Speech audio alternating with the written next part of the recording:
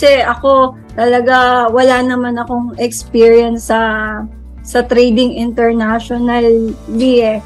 And then nung nag-join ako ng 90-day program, parang sa step by step na pagtuturo nila at pagmo-monitor ng progress, unti-unti akong naging confident, nalaman ko yung ang mga dapat i-consider, yung mga checklist, yung mga entry, yung mga exit, yung mga dapat i-risk, yung kailos. 3 months ka lang mag-aaral ha. Yung skills na makukuha mo dito para lifetime mo talagang magagamit hanggat gusto mong mag-trade. Una yung mentorship at saka yung pagka-deliver ng course kasi mafe-feel mo talaga yung parang willingness nung nila Ma'am Lioness na to share yung knowledge nila sa amin, lalo sa mga baguhan. Tapos dito kasi individual minomonitor yung progress ng bawat isa. Kung meron silang mentorship na hinahanap, kung gusto nilang mag-trade ng global market, siguro ito na talaga yung mentorship na yun, no? Kasi from start to end, nakagabay sa'yo si ma'am at saka yung mga RMs, tapos yung learnings mo talaga madami, and talagang yung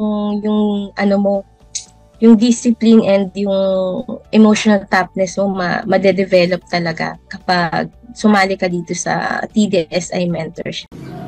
Mayong adlaw sa tanan, this is Lovely Monjo from Dalsa Reyes, a proud Ilongga. I am a travel agent and owner of Purple Skies Travel and Tours. I'm a full-time mother of 3 lovely daughters. I am seafarer's wife. So nagsimula po ang lahat nung nakita ko po ang ad sa Facebook at classmate ko po ang nagsasalita about forex trading. May mentor akong magaling ba? Yung magaling magturo, mag-guide, yung may care siya.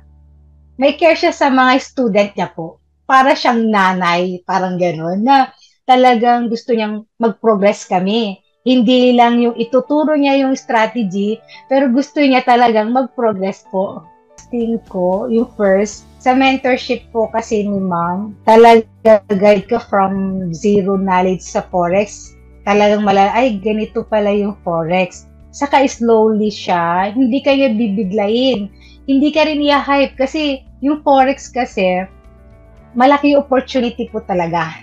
Kung gusto mo magkaroon ng extra income, source of income, malaki talaga. Pero si ma'am, unti-unti kanyang i-guide. Then yung second po, yung strategy.